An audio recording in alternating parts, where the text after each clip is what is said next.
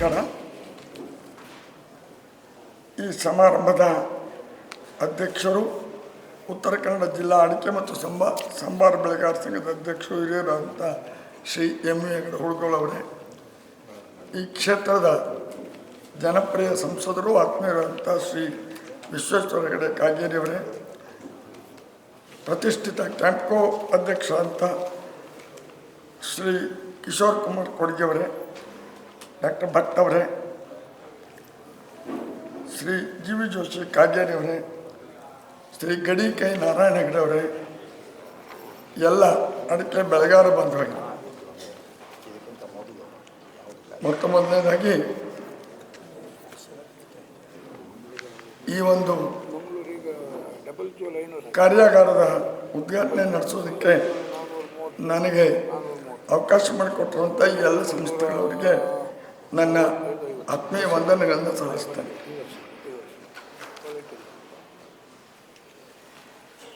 ಈ ಒಂದು ಕಾರ್ಯಾಗಾರದ ಉದ್ದೇಶವನ್ನು ಸಂಘಟಕರು ಸ್ವಲ್ಪ ಮಟ್ಟಿಗೆ ನನಗೆ ವಿವರಿಸಿದರು.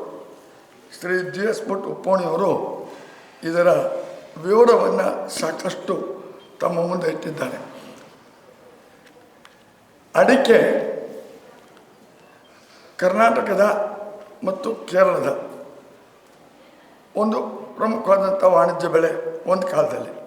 ಪ್ರಿಯ ವೀಕ್ಷಕರೇ, ಈ ವಿಡಿಯೋನ ನೋಡೋದಕ್ಕೂ ಮೊದಲು ನಮ್ಮ ಚಾನೆಲ್ ಅನ್ನ ಇನ್ನು ಸಬ್ಸ್ಕ್ರೈಬ್ ಮಾಡ್ಕೊಂಡಿಲ್ಲ ಆದರೆ ತಕ್ಷಣವೇ ಸಬ್ಸ್ಕ್ರೈಬ್ ಮಾಡ್ಕೊಳ್ಳಿ. ಹಾಗೆ ವಿಡಿಯೋ ಇಷ್ಟ ಆಗಿದ್ರೆ ಶೇರ್ ಮಾಡಿ. ಇವತ್ತು ದೇಶದ ಹಲವಾರು ರಾಜ್ಯಗಳಲ್ಲಿ ಮತ್ತು ಕರ್ನಾಟಕದಲ್ಲೂ ಕೂಡ ಸುಮಾರು 16-17 ಜಿಲ್ಲೆಗಳಲ್ಲಿ ಇವತ್ತು ಅಡಿಕೆ ಬೆಳೀತದೆ. ಯಾರು ಪರಂಪರಾನುಗತವಾಗಿ ಅಡಿಕೆ ಬೆಳೀತಾ ಬರ್ತಾ ಇದ್ದರು ಕರಾವಳಿ ಮತ್ತು ಮಲೆನಾಡು ಪ್ರದೇಶದಲ್ಲಿ, ಅವರು ಇವತ್ತಿಗೂ ಕೂಡ ಅಡಿಕೆಯ ಮೇಲೆ ಅವಲಂಬಿಸಿದ್ದಾರೆ. ಅವರ ಜೀವನಾಡಿ ಜೀವನಾಧಾರ ಅಡಿಕೆ. ಇವತ್ತು ಯಾರು ನಾಲಾ ಪ್ರದೇಶದಲ್ಲಿ ಬಯಲುಸೀಮೆಯಲ್ಲಿ ಅಡಿಕೆ ಬೆಳೀತಿದ್ದಾರೋ ಅವರು ನಿಜವಾಗೂ ಶ್ರೀಮಂತರು. ಆದರೆ ಸಮಾಜದಲ್ಲಿ ಏನಿದೆ ಅಂತಂದರೆ, ಅಡಿಕೆ ಬೆಳೆಗಾರರು ತಂದು ಕೂಡಲೇ ನೀವು ಶ್ರೀಮಂತರು ಅಂತ. ಅಡಿಕೆ ಶ್ರೀಮಂತ ಬೆಳೆ ನಿಜ, ಆದರೆ ನಮ್ಮ ಹಿಡುವಳಿ ಎಷ್ಟು?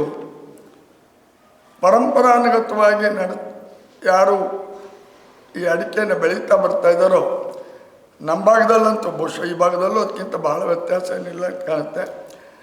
15-20 ಗುಂಟೆಯಿಂದ ಹಿಡಿದು ಪರಮಾವಧಿ 3 ಎಕರೆ ಇದ್ದರೆ ಅಥವಾ ದೊಡ್ಡ ಶ್ರೀಮಂತ.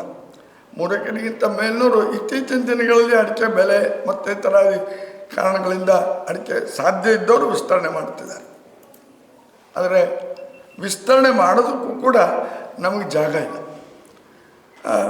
ಬಹುಶಃ ಶಿರಸಿ ಸಿದ್ದಾಪುರ ತಾಲೂಕಿನಲ್ಲಿ, ಸಾಗರ ಹೊಸನಗರ ತಾಲೂಕುಗಳಲ್ಲಿ, ಸೊರಬ ತಾಲೂಕಿನಲ್ಲಿ ಇರುವಂಥ ಒಂದು ಸಾಮಾನ್ಯ ಸ್ಥಿತಿ ಏನು ಅಂದರೆ, ನಮ್ಮ ಅಡಿಕೆ ಬೆಳೆಗಾರಿ ಎಲ್ಲರ ಹತ್ರ ಒಂದಿಷ್ಟು ಭತ್ತ ಬೆಳೆಯೋ ಪ್ರದೇಶಗಳು ಇತ್ತು ಒಂದು ಕಾಲದಲ್ಲಿ. ಆದರೆ ಕ್ರಾಂತಿಕಾರಕ ಭೂ ಸುಧಾರಣೆ ಕಾಯ್ದೆ ಜಾರಿಗೆ ಬಂದ ಮೇಲೆ ನಮ್ಮಲ್ಲಿ ಅನೇಕರು, ಹೆಚ್ಚು ಕಡಿಮೆ 90% ಜನ ಆ ಒಂದು ಪ್ರದೇಶವನ್ನು ಕಳ್ಕೊಂಡ್ರು. ಅದು ಗೇಣಿದಾರರಿಗೆ ಹೋಯಿತು. ಹಾಗಾಗಿ ನಮಗೆ ಅಡಿಕೆ ಮಾತ್ರ ಉಳಿತು. ಈಗ ನಮಗೆ ವಿಸ್ತರಣೆ ಮಾಡೋದಕ್ಕೆ ಯಾವ ಅವಕಾಶವೂ ಇಲ್ಲ. ಬಯಲು ಪ್ರದೇಶದಲ್ಲಿ ಭಾಳ ಒಂದು ಉತ್ತಮವಾದಂಥ ಉದಾಹರಣೆ ಹೇಳೋದಾದರೆ, ನನ್ನ ಸ್ನೇಹಿತರೊಬ್ಬರು ಚನ್ನಗಿರಿಯಿಂದ ನನ್ನ ಮನೆಯವರಿಗೆ ತಮ್ಮ ಕಾರಿಗೆ ಕಳಿಸೋಕ್ಕೆ ಒಬ್ಬ ಡ್ರೈವರ್ನ ಕಳಿಸಿದ್ರು. ಆ ಡ್ರೈವರ್ ಹತ್ರ ಕೇಳಿದೆ ನಾನು, ಏನು ನಿಮ್ಮ ಉದ್ಯೋಗ ಅಂತ. ಆತ ಹೇಳಿದ, ನನಗೊಂದು 10-12 ಎಕರೆ ಅಡಿಕೆ ತೋಟ ಇದೆ ಅಂದ. ನನಗೆ ಗಾಬರಿ ಎಕರೆ, ನನಗಿರೋದು 4-5 ಎಕರೆ ಅಷ್ಟೇ. ನನಗೊಂದು 10-12 ಎಕರೆ ಅಡಿಕೆ ತೋಟ ಇದೆ ಅಂತ. ಆಮೇಲೆ ಗೊತ್ತಾಯಿತು, 15 ದಿನ ಮುಂಚೆ 15 ಲಕ್ಷ ರೂಪಾಯಿದು ಒಂದು ಕಾರ್ ತಂದಿದ್ದೆ ನನ್ನ ಮನೆಗೆ ಅಂತ. ಅವ ಡ್ರೈವಿಂಗ್ ಕೆಲಸ ಮಾಡ್ತಾನೆ. 10 ಎಕರೆ 12 ಎಕರೆ ಅಂತಂದರೆ ಭಾಳ ಕಡಿಮೆ. 50 ಎಕರೆ 40 ಎಕರೆ 70 ಎಕರೆ ಅವರಿಗೆ ಹಾಕೋದಕ್ಕೂ ಸಾಧ್ಯತೆ ಇದೆ, ಸ್ಥಳ ಇದೆ. ವಿಸ್ತರಣೆ ಮಾಡೋದಕ್ಕೆ ಯಾವುದೇ ಥರ ತೊಂದರೆ ಇಲ್ಲ. ಅನಂತ ಸ್ಮಾರ್ಟ್ ಸಿಟಿ ಶಿರಸಿಯಲ್ಲಿ ವ್ಯವಸ್ಥಿತವಾಗಿ ಮಾಡಿರುವ ಲೇಔಟ್ ಇದಾಗಿದೆ. ಅಕ್ಟೋಬರ್ 15ರೊಳಗೆ ರಿಜಿಸ್ಟ್ರೇಷನ್ ಮಾಡಿದ್ದಲ್ಲಿ 25% ಭರ್ಜರಿ ಡಿಸ್ಕೌಂಟ್. ಶಿರಸಿಯಿಂದ ದೊಡ್ಡನಹಳ್ಳಿ ರಸ್ತೆಯಲ್ಲಿ ಕೆಎಚ್ಬಿ ಕಾಲೋನಿಯಿಂದ ಕೇವಲ 4 ಕಿಲೋಮೀಟರ್ ದೂರವಿರುವ ಲೇಔಟ್. ಮಕ್ಕಳ ವಿದ್ಯಾಭ್ಯಾಸಕ್ಕೆ ಅನುಕೂಲವಾಗುವಂತೆ ಪ್ರತಿಷ್ಠಿತ ಚಂದನ ಶಾಲೆಯಿಂದ ಕೇವಲ 1 ಕಿಲೋಮೀಟರ್ ದೂರ ಸುಸಜ್ಜಿತವಾದಂತಹ ಚರಂಡಿ ವ್ಯವಸ್ಥೆ, ಉತ್ತಮ ಗುಣಮಟ್ಟದ ಸಿಮೆಂಟ್ ರಸ್ತೆ, ಮೂಲಭೂತ ಸೌಕರ್ಯ ಒಳಗೊಂಡಿದೆ. ಆಸಕ್ತರು ಈ ಕೂಡಲೇ ಸಂಪರ್ಕಿಸಿ.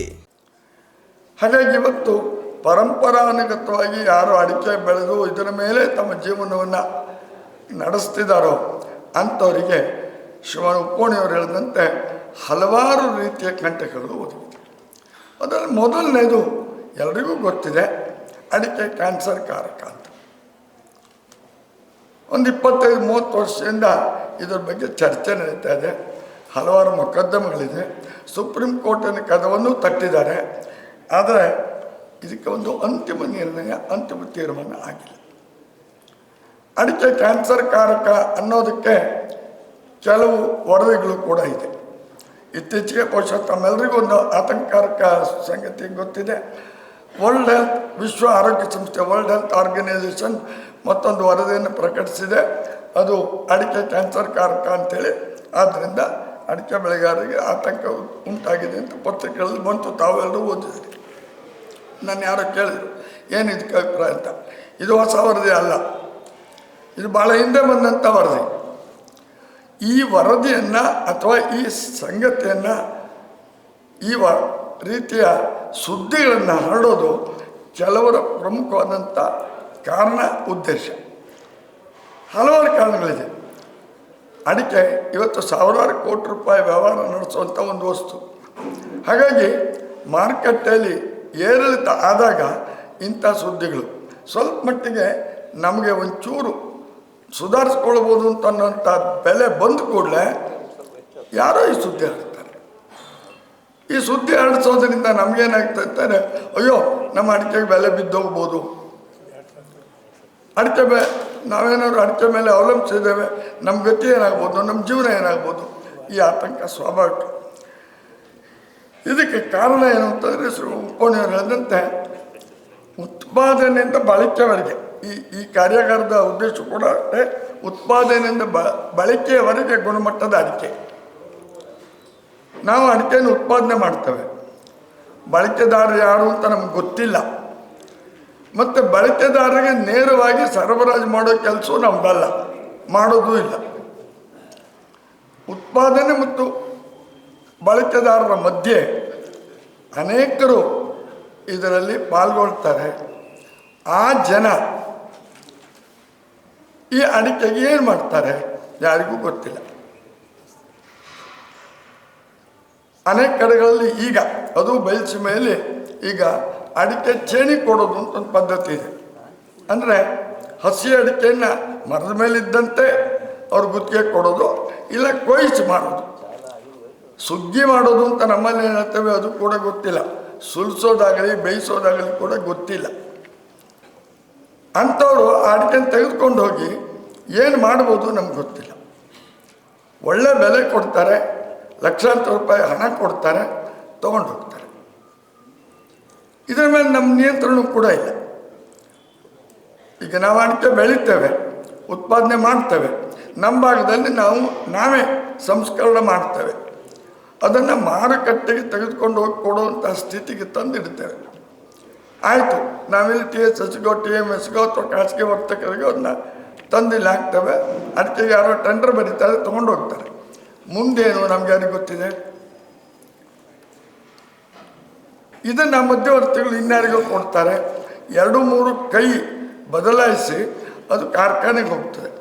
ಕಾರ್ಖಾನೆಗೆ ಹೋಗೋ ಹೊತ್ತಿಗೆ ನಾವು ಕೊಟ್ಟ ಗುಣಮಟ್ಟದ್ದೇ ಇರ್ತದೆ ಅನ್ನೋದಕ್ಕೆ ಯಾವ ಭರವಸೆಯೂ ಇಲ್ಲ.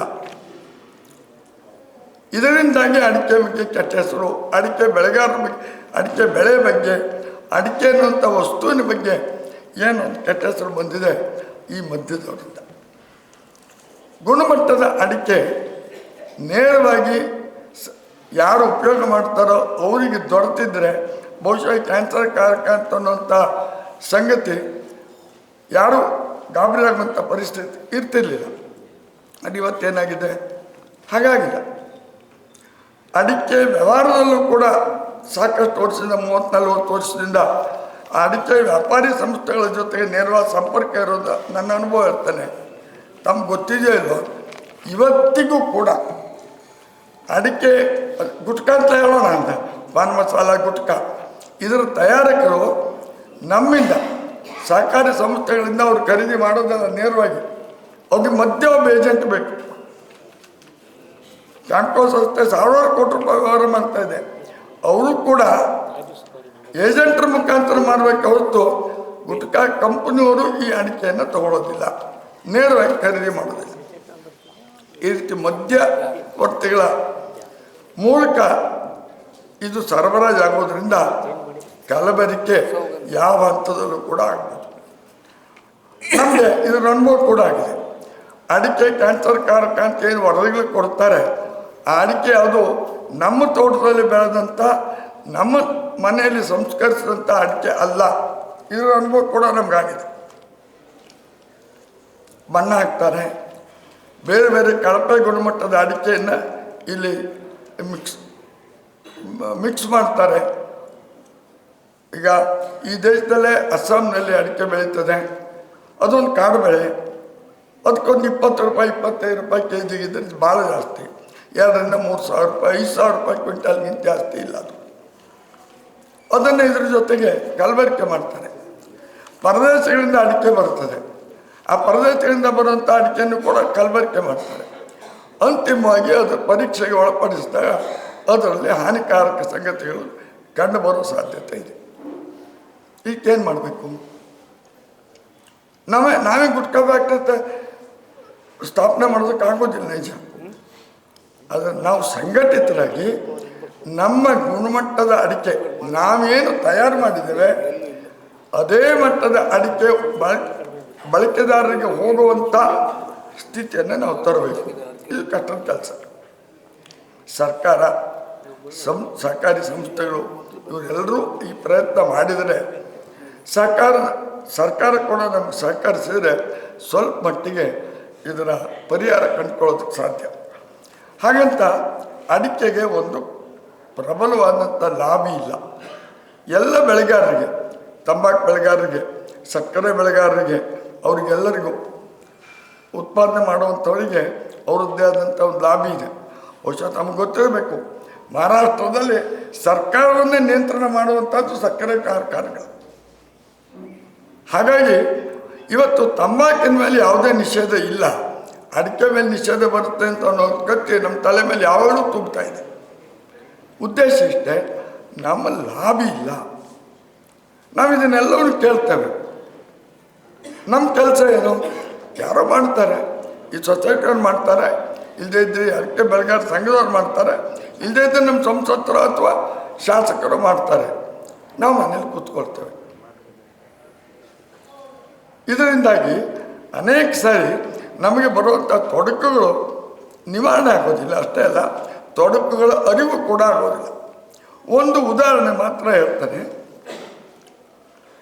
ಈ ವರ್ಷ ಜುಲೈ ತಿಂಗಳಲ್ಲಿ ನಾವು ಈ ಅಡಿಕೆ ಟೀಮ್ ಅಂತ ಒಂದಿದೆ. ಅಡಿಗೆರೆ ಸುಬ್ರಹ್ಮಣ್ಯರು, ಕ್ಯಾಂಪ್ಕೋ ಅಧ್ಯಕ್ಷರು, ಒಂದು 5-6 ಜನ. ಹಾಗಾಗಿ ನಾವು ದೆಹಲಿಗೆ ಹೋಗಬೇಕು ಅಥವಾ ಬೆಂಗಳೂರಿಗೆ ಹೋಗಬೇಕು. ಸರ್ಕಾರದ ಜೊತೆಗೆ ಸಂಪರ್ಕ ಮಾಡಬೇಕು, ಅಡಿಕೆ ಸಮಸ್ಯೆ ಏನು ಅಂತ ಹೇಳಬೇಕು, ಎಲ್ಲ ಮಾಡಬೇಕು. ಈ ವರ್ಷ ಜುಲೈ ತಿಂಗಳಿನಲ್ಲಿ ನಾವು ಹೋಗಿದ್ದು. ಹೊಸ ಸರ್ಕಾರ ಬಂದ ಮೇಲೆ ಹೊಸ ಮಂತ್ರಿಗಳನ್ನು, ಸಂಸದರನ್ನು ಒಂದು ಕಾಣಬೇಕು, ಮತ್ತು ಅವ್ರ ಜೊತೆಗೆ ಸಂಪರ್ಕ ಇಟ್ಕೊಳ್ಬೇಕು, ಮತ್ತು ನಮ್ಮ ಕೆಲವು ಕೆಲಸ ಇತ್ತು ಅಂತ. ಕ್ಯಾಂಪ್ಕೋ ಅಧ್ಯಕ್ಷರು ನಾವು ಹೋದ ದಿನವೇ ಮಧ್ಯಾಹ್ನ ಮೇಲೆ ಒಂದು ಆಘಾತಕರ ಸಂಗತಿಯನ್ನು ತಂದರು. ಏನು ಅಂದರೆ 2023 ಮಾರ್ಚ್ ತಿಂಗಳಿನಲ್ಲಿ, ಅಂದರೆ ಕಳೆದ ವರ್ಷ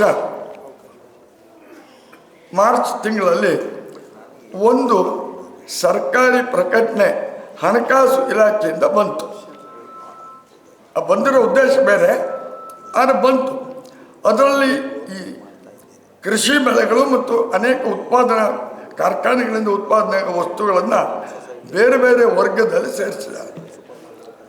ಅಡಿಕೆಯನ್ನು ಫಾರರ್ ಅನ್ನೋದ್ರಾಗೆ, ಅರಣ್ಯ ಅನ್ನೋದ್ರಾಗೆ ಮೊದಲನೇ ವಸ್ತು, ಮೊದಲನೇ ಬೆಳೆ ಅಡಿಕೆ. ಇದನ್ನು ಸಂಜೆ 5 ಗಂಟೆ ಹೊತ್ತಿಗೆ ಅವ್ರು ತಂದು ತೋರಿಸಿದರು. ಇಂಥದ್ದೊಂದು ಪ್ರಕಟಣೆ 1 ವರ್ಷ ಆಗಿದೆ ಹೊರಟು ಯಾರ ಗಮನಕ್ಕೂ ಬಂದಿಲ್ಲ. ಮುಂದೇನು ಮಾಡಬೇಕು ಅಂತ ನಾವು ಸ್ವಲ್ಪ ಎಚ್ಚರ ಆದ್ವಿ.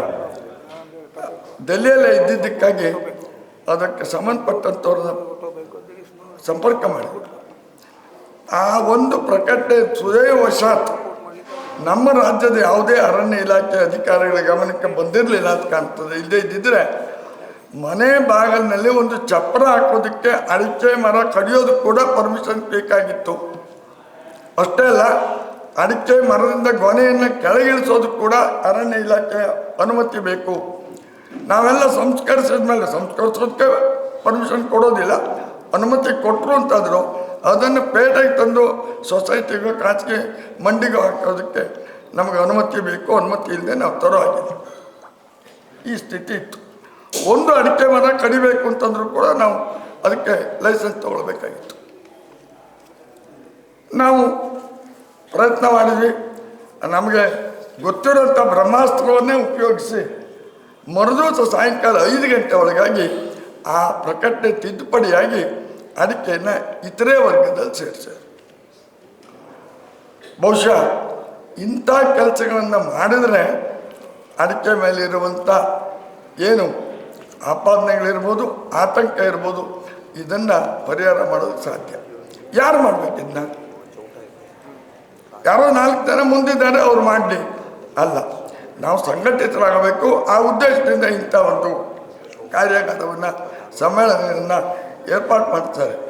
ನಾವು ಎಚ್ಚರವಾಗಿರಬೇಕು. ನಮ್ಮ ಎಚ್ಚರಿಕೆ ಎಲ್ಲಿಗೆ ಅಂತಂದರೆ, ಕೊನೆ ಪಕ್ಷ 10ರಲ್ಲಿ 2 ನಮ್ಮ ಗುಣಮಟ್ಟದ ಅಡಿಕೆ ಅದೇ ಸ್ಥಿತಿಯಲ್ಲಿ ಬಳಕೆದಾರನಿಗೆ ಸಿಗುತ್ತದೆ ಅನ್ನುವಂಥ ಒಂದು ಭರವಸೆಯನ್ನು ಮೂಡಿಸೋದಕ್ಕೆ ನಾವೆಲ್ಲರೂ ಪ್ರಯತ್ನ ಮಾಡಬೇಕು. ಮತ್ತು ನಾವಂತೂ ನಾವು ಮಾಡೋದಿಲ್ಲ. ಅಕಸ್ಮಾತ್ ನಮ್ಮಲ್ಲಿ ಯಾರಾದರೂ ಇದ್ದರೆ ಕಲಬೆರಕೆ ಮಾಡೋರು, ಅಂಥವ್ರನ್ನ ಈ ಹಂತದಲ್ಲೇ ತಡಿಬೇಕು. ಇದು ಬಹುಶಃ ಈ ಕಾರ್ಯಾಗಾರದ ಉದ್ದೇಶ ಅಂತ ನಾನು ಭಾವಿಸ್ತೇನೆ. ಹೆಚ್ಚು ಸಮಯ ತೆಗೆದುಕೊಳ್ಳದೆ ಈ ಒಂದು ಉತ್ತಮವಾದಂಥ ಕಾರ್ಯಾಗಾರ ತಾವು ನಡೆಸ್ತಾ ಇದ್ದೀರಿ.